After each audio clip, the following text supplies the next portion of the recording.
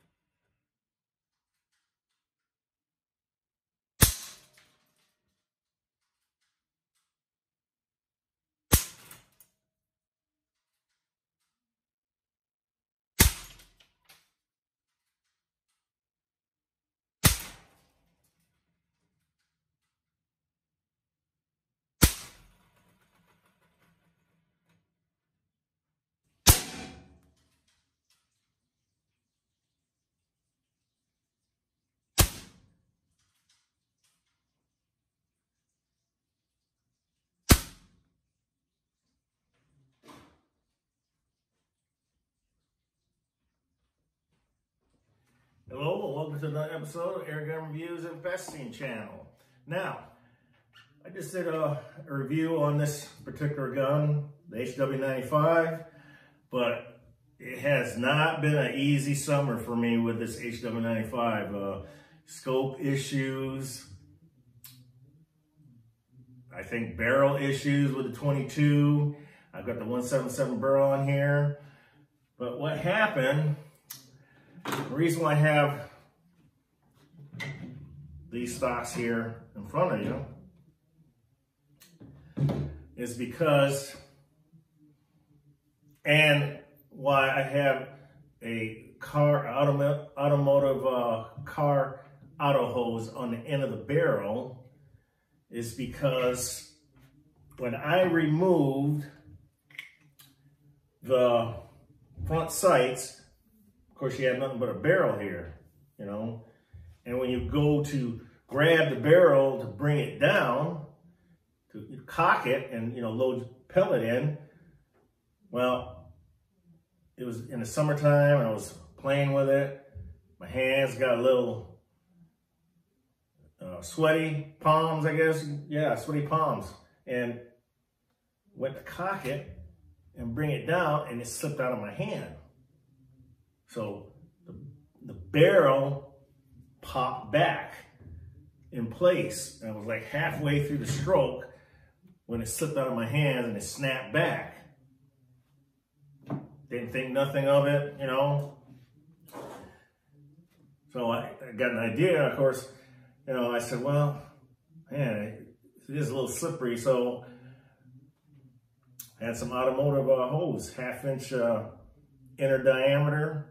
And I just put a piece of rubber hose, put some silicone there, pushed it on there, and all my brake barrels now that I own have a rubber hose on the end of the barrel.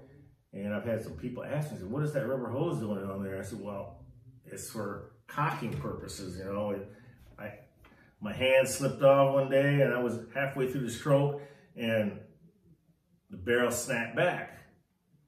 Well, I didn't, at the time, I did not know that this stock had cracked on me.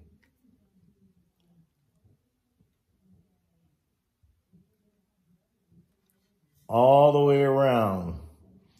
The crack was getting bigger. And just one day I was getting really frustrated with the accuracy issues. And every time, you know, I'll go to cock it, I did not realize that it had a hairline crack. And the only reason why I know all this is because I put an ad out on the forums. Wanted to buy a HW95 stock. And fortunately, I had 2 guys that replied to my ad. And this stock can still be used, but it's just ugly to me. I ended up counterboring a hole here, and then I ended up using a wood screw to tighten up the crack so it wouldn't flex. But when I had laid the gun down on the table, I was out on my deck. The lighting just must have been the right angle when it caught my attention that I had a hairline crack. So I did not know that. So when I went to go cock the gun, sure enough, the crack, you know, would rear itself. But then when I finished cocking it, it closed back up. I did not know that. I couldn't feel it on my hands, but that's what happened. The action of the gun, when my hand slipped off the barrel, slammed back into the action itself, and then the wood absorbed all that energy and ended up cracking it. And the only reason I know that is because the guy that sold me this stock right here, a beautiful Beeman R9 stock, which is the same as the Luxus 95 stock. I like this checkering, you know, on the pistol grip and on the foregrip. And of course, it's ambidextrous for us left-handers, you know. Nice rubber butt pad. So he sold me this for 150 bucks versus $250 at Pyramid Air. And they were out of stock anyways. They were out of stock and they were expecting stock to come in. So naturally, I ended up, you know, buying that stock. But then at the same time, a guy, he had a Beeman R9 stock. He said it's an older one, but it does not have any, you know, checkering, you know, stipplings on the forestock and pistol grip. He said it's just a plain stock, you know, and he said it's for a right-handed person, which, you know, I knew that. And he said I could have it, just pay for the postage. Well, I said, okay. And I really appreciated that. So I ended up basically getting 2 stocks out of that deal, you know, from just running an ad. But yeah, that's what I like about the air gun community, you know. Yeah, you know, you're supposed to be brothers and sisters and help each other out, you know. It's a unique sport, you know, and it keeps growing. And we don't need people out there, you know, that don't want to share any information or, you know, that's not right. You know, sharing is caring, you know. If you got something valuable to pass on to your fellow air gunners, you know, do it, you know. Help each other out. That's what this is all about. And this is why I made this video, to reveal to you what happened in my experience, you know, over the summer with this HW95.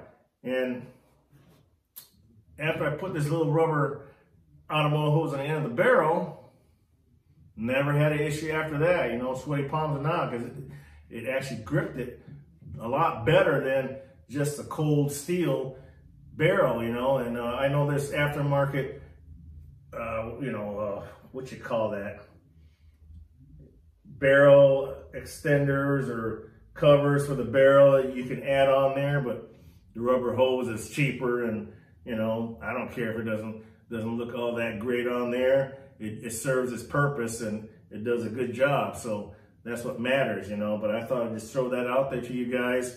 You know, if you had that action snap back at you like it did me, the reason why I know all this information, because the guy that sold me this stock, he gave me his number and asked me to call him, so I did. And he asked me what happened to my stock, and I told him what happened, and he said, "Oh, I know what happened.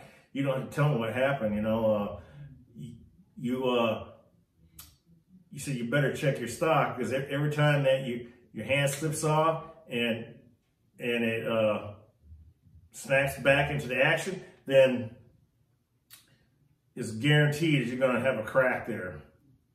And that's what happened, and he was right. That's what caused the break of the stock. And so now I learned a valuable lesson about that, you know. So I'm just passing the information on to you folks.